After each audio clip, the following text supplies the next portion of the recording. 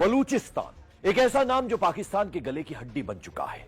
हालात ऐसे हो गए हैं कि पाकिस्तान ना तो बलूचिस्तान को निगल पा रहा है और ना ही उगल पा रहा है। यह हालात कुछ दिन, कुछ हफ्तों और कुछ महीनों में नहीं हुए। पाकिस्तान और बलोच लोगों के बीच संघर्ष का इतिहास बहुत पुराना है, इतना पुराना जिसे बताने के लिए काफी वक्त चाहिए। हम आपको सरल भाषा और तथ्यों के जरिए यह बताने की कोशिश करेंगे कि आप बलूचिस्तान की पूरी कहानी को समझ जाएं। आपको यह जानकर हैरानी होगी कि बलूचिस्तान को भारत और पाकिस्तान से पहले आजादी मिली। जी हां, 11 अगस्त 1947 को बलूचिस्तान आजाद हुआ, यानी पाकिस्तान से 3 दिन पहले और भारत से 4 दिन पहले ही आजाद हो गया था बलूचिस्तान। लेकिन 1948 पाकिस्तान ने कश्मीर के एक भाग के साथ बलूचिस्तान पर भी जबरदस्ती कब्जा कर लिया। इसके बाद से ही बलूचिस्तान के लोग पाकिस्तान के खिलाफ विद्रोह करते रहे। हालांकि पाकिस्तानी सेना उनके विद्रोह की आवाज बंदूक की नोक पर हमेशा दबाती रही। जो मौजूदा खूनी संघर्ष चल रहा है उसकी बुनियाद 2003 में ही पड़ गई थी। ये वो दौर था जब पाकिस्तानी सेना बलोच लोगों को रौंद रही थी। खासकर जनरल परवेज मुशर्रफ के शासन के दौरान पाकिस्तानी सेना का अत्याचार चरम पर था। बलोच विद्रोहियों ने भी तंग आकर पाकिस्तानी सेना को बड़े स्तर पर टारगेट करना शुरू कर दिया। कहा जाता है कि बलूचिस्तान में 8000 ऐसी महिलाएं हैं जिन्हें हाफ विडो कहा जाता है। इसका मतलब यह है कि इन महिलाओं को यह पता ही नहीं है कि उनके पति जिंदा हैं या पाकिस्तानी सेना ने उन्हें मार दिया है। यह लिस्ट बलूचिस्तान की एक संस्था ने बनाई थी और इस लिस्ट में सिर्फ वो शामिल है जो जनरल मुशर्रफ के शासनकाल में गायब कर दिए गए। जनरल मुशर्रफ बलोच लोगों के खिलाफ बेहद क्रूर रहे। उनके शासनकाल में ही बलूचिस्तान के सबसे बड़े सियासी नेता नवाब अकबर खान बुगटी की हत्या हुई। उसके बाद से ही बलोच लोगों में पंजाबियों और मुहाजिरों को लेकर नफरत भर गई। आज बलोच लोगों की सबसे बड़ी नेता डॉक्टर मेहरंग बलोच हैं, जो पेशे से एक डॉक्टर हैं। ये मेरा शर्फ है, ये मेरा एजाज है कि मैं बलूचिस्तान में पैदा हुई हूँ, जहाँ मेरा मकाम मेरे कौम परस्तों ने मुझे इस समाज में सबसे बड़ा मकाम दिया है।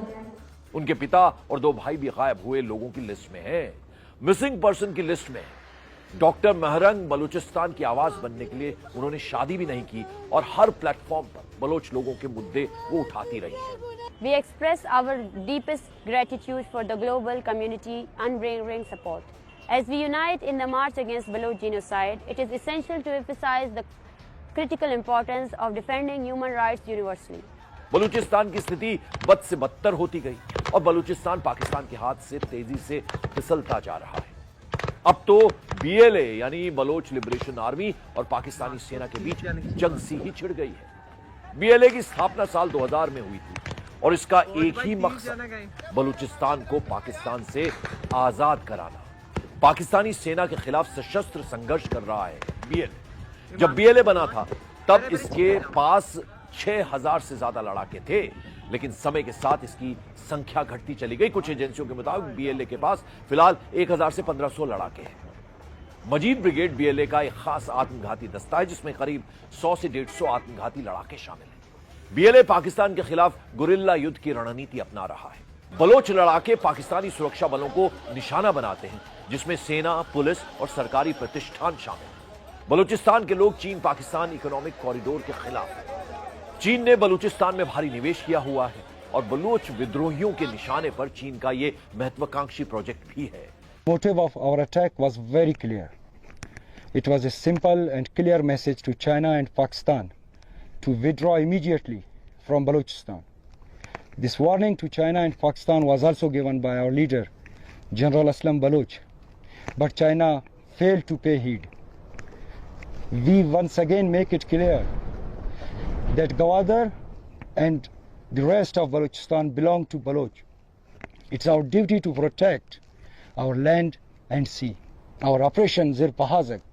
बलोच विद्रोहियों की वजह से यह प्रोजेक्ट भी खतरे में पड़ गया है, यानी बलूचिस्तान अब पाकिस्तान के लिए इतना बड़ा खतरा बन गया है कि उसे संभालना अब कतई आसान नहीं है। कि हमने ये बंदूक शौक से नहीं उठाया, आज हम लड़ रहे हैं, ये कोई मुहिमजोई नहीं है। हम वो बंदूक के शौकीक है या बहुत जगह ये प्रोपेगेंडा किया जाता है कि बलोच मिजाज ही जंगजुआना है, ऐसी कोई बात नहीं है। तारीख उठा के देखे, आज से 70 साल पहले जब पाकिस्तान दाखिल हुआ बलूचिस्तान में तो उनके हाथ में क्या था? क्या उनके हाथ में दस्तावेजात थे? उनके हाथ में कोई मुआहदा था? उनके हाथ में कोई फलाई मंसूबे थे? वो कोई अच्छे बेहतर हमसाए वाले ताल्लुकात रखना चाहते थे? मेरा ख्याल ऐसा कुछ नहीं था। जब वो दाखिल हुए तो तोप, टैंक और बंदूकें उनके हाथ में थे। वो कालात पे हमलावर हुए। उस हमले में उनके साथ चालबाजियाँ थे, कुछ हमारे गद्दार लोग थे और उनकी जो है साजिशें थी। उसके बावजूद भी मज़ामत हुआ उनके खिलाफ।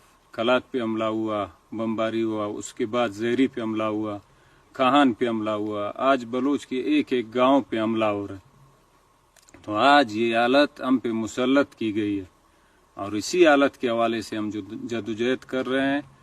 जब आपके सामने वाले के हाथ में बंदूक को आप पूल नहीं उठा सकते, आप बिल्कुल पूल उठा के उसके सामने खड़े नहीं हो सकते। ये बंदूक उन्होंने उठाया है, तो जहाज उनके पास है।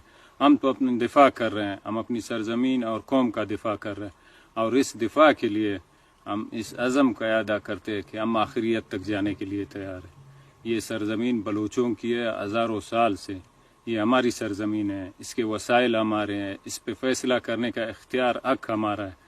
साजिशों के ज़रिए, गद्दारों के ज़रिए, चालबाजियों के ज़रिए, बंदूक के ज़ोर पे कोई इसे हासिल नहीं कर सकता और कोई नहीं ले जा सकता, मुकम्मल नहीं कर सकता अपना कब्ज़ा। कुछ शायद लूट के ले जाए हमारी कमज़ोरियों की वजह से, हमारी खामियों की वजह से, मगर आराम से और इत्मीनान से मालिक बन के वो यहाँ से कुछ भी नहीं ले जा सकता। ये एक वाज़ेह पैगाम हम दे रहे हैं।